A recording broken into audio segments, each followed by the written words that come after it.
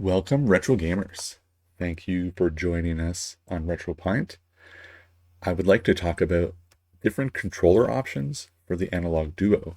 Specifically, I want to discuss the differences between a couple of the 8BitDo controllers, which have the special Analogue firmware flashed on them, versus using them with the default firmware and plugging the USB dongle into the back. I'm going to demonstrate some of the differences for the 8BitDo PCE 2.4g controller, that's this one, and the M30 2.4g controller. It's this one here. This is one that was made for the Sega Genesis Mini or the Mega Drive Mini. I want to briefly discuss also just USB controllers in general. It seems that they need to have they need to be in X input mode as opposed to direct input mode in order to work. This controller here is the Logitech F310, and it actually has a switch on the back to switch between X input and direct input. Now, X input is the style of controller that it's the protocol that Microsoft made for the Xbox 360 controllers, and they've carried it on since then. So this controller actually switches between them. So just briefly, I want to show you that this is currently in X input mode, and you can see on the screen here that it does work, and the buttons work. I can get into controllers. You see it says wired USB pad, but it does work. And if I flick that switch to direct input mode, it no longer works. Nothing works on it. So that's very interesting. So we can tell which ones are going to work, I think, beforehand. It's probably not the only way. I also have, I'm going to unplug it. I've tried the TurboGrafx Mini USB controller, the one that came with that. And this one does work. I think it was in the firmware update that they said they made some changes maybe to make it work better, but that one does work. And I have an old iBuffalo USB controller. I bought this a long time ago, I think for use on a RetroPie or whatever I was using it for. This one does not work at all. If I plugged it in, it's just going to be the same as if I had it in direct input mode. Not going to work at all. But let's focus on the 8BitDo controllers today. A lot of questions have come up that I've seen in forums and Reddit and stuff about what's the difference between flashing the firmware and using them with the dongle out of the box. And what I've got here is I've got three controllers here, an M30 and two PCE 2.4g controllers. These have all been flashed with the Analogue firmware. And if you want to know how to do that, I made a video about it, a tutorial with step-by-step instructions. I'll put a link in the description. You can follow that yourself if you'd like to do it. And then over here, I have some other ones that I did not flash the firmware. So these have the default firmware on them that came right out of the box with the dongle as well. Everyone who buys these knows what that is. And I also have an M30 here where I also did not flash the firmware. And I want to just compare them and show you guys if it's worth your time to be able to flash it or not.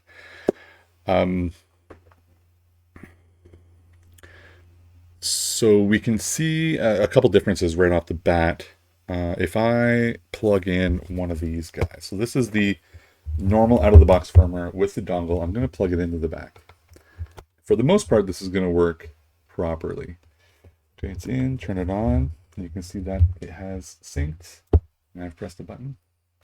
So this does work. You can see it is there. It comes up as wired USB pad, but this does totally work. The differences are with the menu button. You can, I thought for sure you wouldn't be able to power on the console with the menu button when the console's off, but it does work. But there is a strange behavior when you power off the system. I'm going to power it off, and you'll see the controller stays on.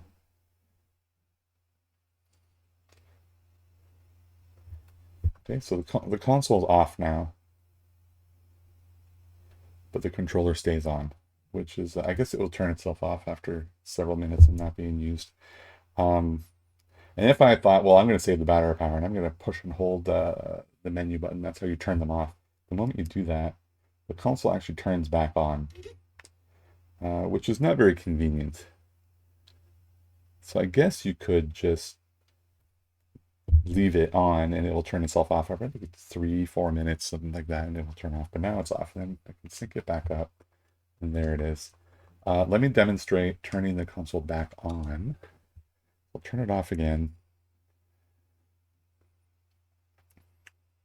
So let me go off, and just to demonstrate it from a fully off position, I'll disconnect it, turn my controller off. Okay, now it's off completely. Plug the dongle back in. I know it's complicated, but this is going to be as if it was just sitting here, you know, for a while. So now the controller's completely off, console is off. I'm going to hit a button, and it actually does turn the console on. So that's really good. Just let it come up and see.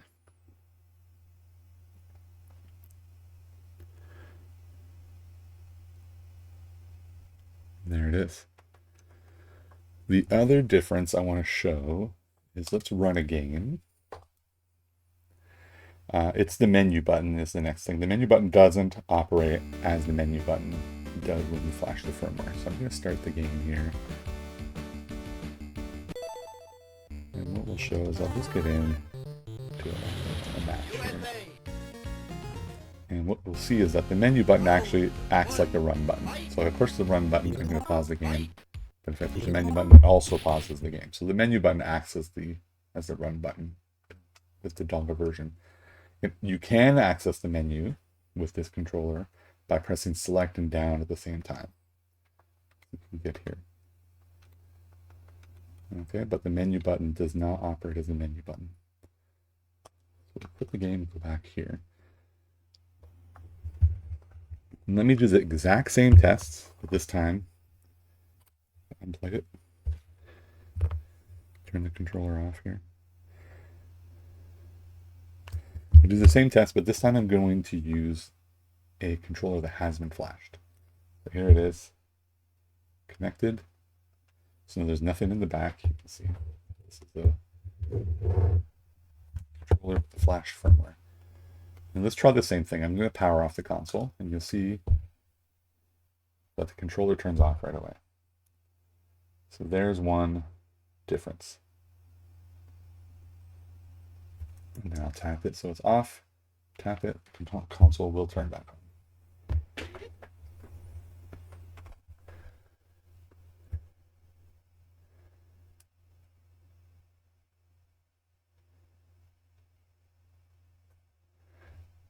Okay, so let's get into Street Fighter and show you the difference of the menu button. My character.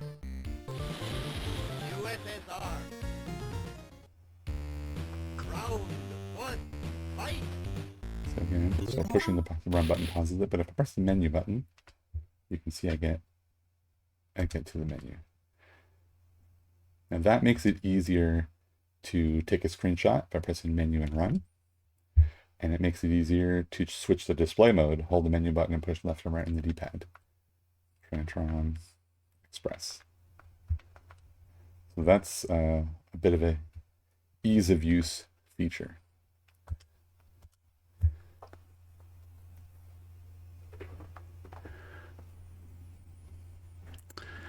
So for me, the biggest benefit of having both of these situations is that the Duo will only allow you to pair with two 2.4G controllers with the internal modules.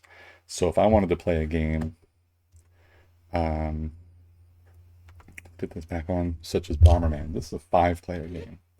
If I wanted to play more than 2 players, you kind of have to have a combination of different controllers. Wireless and USB, since there's only 2 spots. The manual says for the 5th player, the only way to get the 5th player is to use the port on the side with an original controller, which I actually don't have an adapter.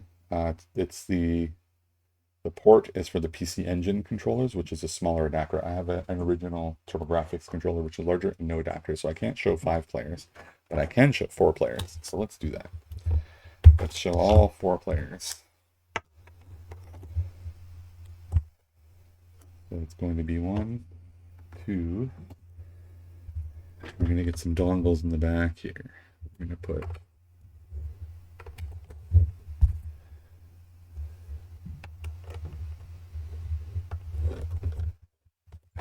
2 dongles in the back for these 2 controllers. All right, so there's 4 controllers connected. You can see the 4 lights there. Let's play Bomberman. I'll just demonstrate all 4 controllers working.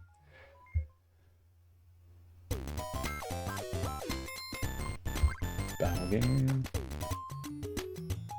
Do 4 players. Rounds doesn't matter because we're demoing. Let's make everybody a little bit different. I like the big guy. The little guy. Here we go. Just run the default. So I'll just show each of the 4 players working. So there's player 1. Here's player 2. Bottom. This one 3. Let's see. Here's the middle one. That's the top player. And then the bottom player. So in this case, I can play 4 players because I have 2 wireless, 2 USB. Very nice. So if you want to play 4 people, you either, I didn't try any Bluetooth controllers. That apparently also works.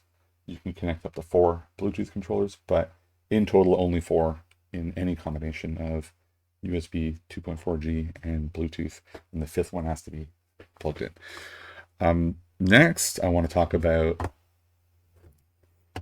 these M30 controllers. Now, I bought these because I wanted to use the 6 buttons for Street Fighter. So, let's show you how those work. Put Street Fighter in. I'm going to remove the dongles. Just turning them off.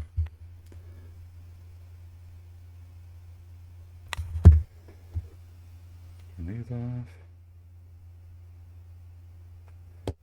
This one off. Okay, so this is the M30 flashed with the firmware. I can turn it on and it syncs right away and it works. There it is. And let's connect. So this is an M30 with the stock firmware right out of the box that uses the dongle. So let's plug in the dongle. Okay, that's plugged in. Turn it on. Synced. I go back to controllers. You can see wired gamepad. That's the other one. Okay, so let's play Street Fighter. And you see there's a pretty glaring difference here.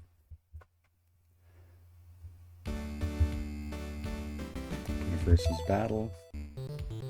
Let's just pick Ryu and Ken, the classics.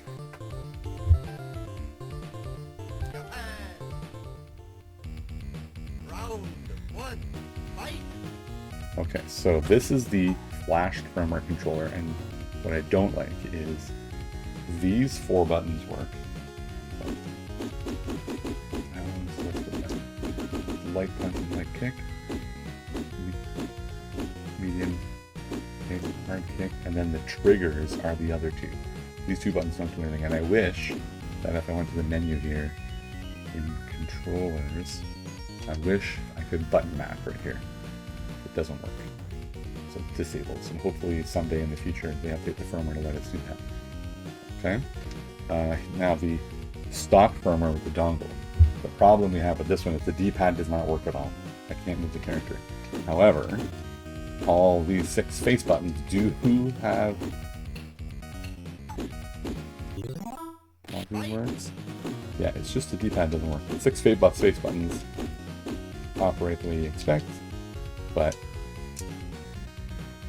no D-pad. So that's a problem.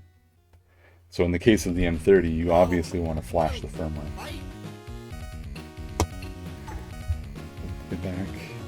Menu button do anything on this? I don't think so. No, it doesn't. But it does on the flash button. There we go. So I think that's everything I wanted to demonstrate. If you guys have any questions, please feel free to put them in the chat. And I'm happy to interact with you guys. Otherwise, I'll see you in the next video. Thank you very much.